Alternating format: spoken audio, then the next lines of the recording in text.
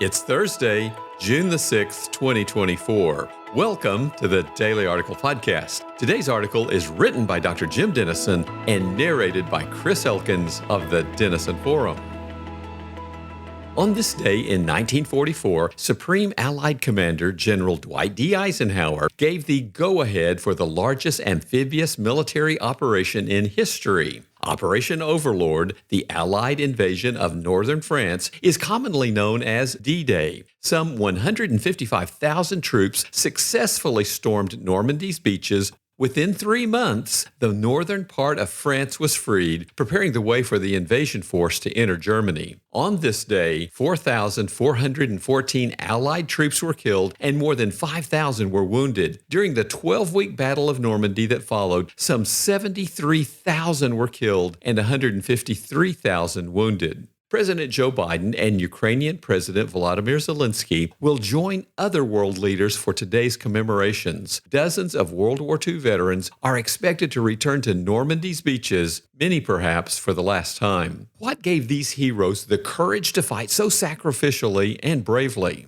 They were fighting for their country and for their families back home. They were fighting for freedom for all mankind, and they were fighting for each other as brothers, united in the most terrifying battle of their lives. How can their resolve strengthen our own? The U.S. faces a rising three-theater threat today in Asia, Europe, and the Middle East. Artificial intelligence is revolutionizing the conduct of war. The likelihood of space warfare with Russia and China is escalating, and the U.S. military's new cyber chief is warning that China's hacking network is seeking to pre-position for future attacks on our critical infrastructure. As we face such mounting threats, however, many Americans no longer believe in the country for which our World War II veterans fought and died. As I have been writing this week, it is conventional wisdom in elite schools and culture that our nation was founded by racists and colonizers for the purpose of advancing their personal fortunes at the expense of those they oppressed. This warped history robs younger generations of faith in their country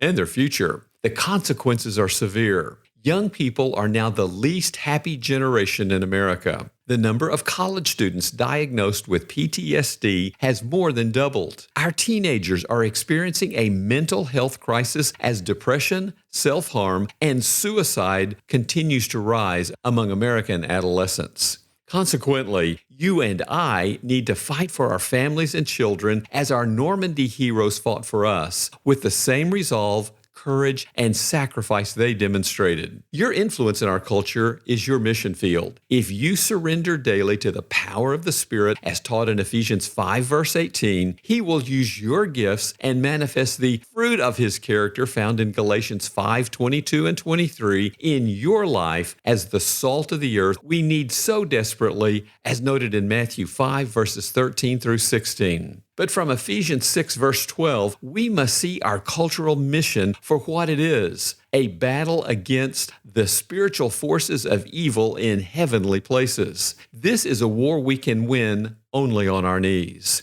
Here's the good news. God can redeem crisis by using it to show us our need for His omnipotent power and omnibenevolent grace. Historians estimate that as many as 10% of all Civil War soldiers converted to Christ during the conflict. The wreckage of the Korean War sparked a spiritual movement in South Korea that escalated into a fifth-grade awakening circling the globe. A dear friend from Dallas is in Normandy today to take part in the anniversary commemoration there. He sent me a poem written by an unknown paratrooper prior to parachuting into German territory in 1944. In it, that young hero prayed, "They told me you didn't exist, and, like a fool, I believed all this." However, he saw the sky from a shell hole, realized that God is real, and wrote, "Funny, I had to come to this hellish place before I had time to see your face." He continued, "Look now, this will be a horrible fight. Who knows, I may come to your home tonight. Though I wasn't friendly to you before, I wonder, God, if you'll wait at your door." And then he closed, "Look, I'm crying, me, shedding tears. I wish I had known you all those years. Well, God, I have to go now, so goodbye. Strange, since I met you, I'm not afraid to die. The solemnity and significance of today's historical events call us to renew our commitment to praying and working for our nation's spiritual rebirth. C.S. Lewis warned, quote, "A sign of a culture that has lost its faith, moral collapse followed upon spiritual collapse," end quote. By contrast, spiritual awakening will spark moral awakening and a new day for this nation we love and for whom so many have died. The 8th century Benedictine monk St. Boniface challenged us. Let us be neither dogs that do not bark, nor silent onlookers, nor paid servants who run away before the wolf. Let us preach the whole of God's plan to the powerful and to the humble, to the rich and to poor, to men of every rank and age, as far as God gives us the strength in season and out of season.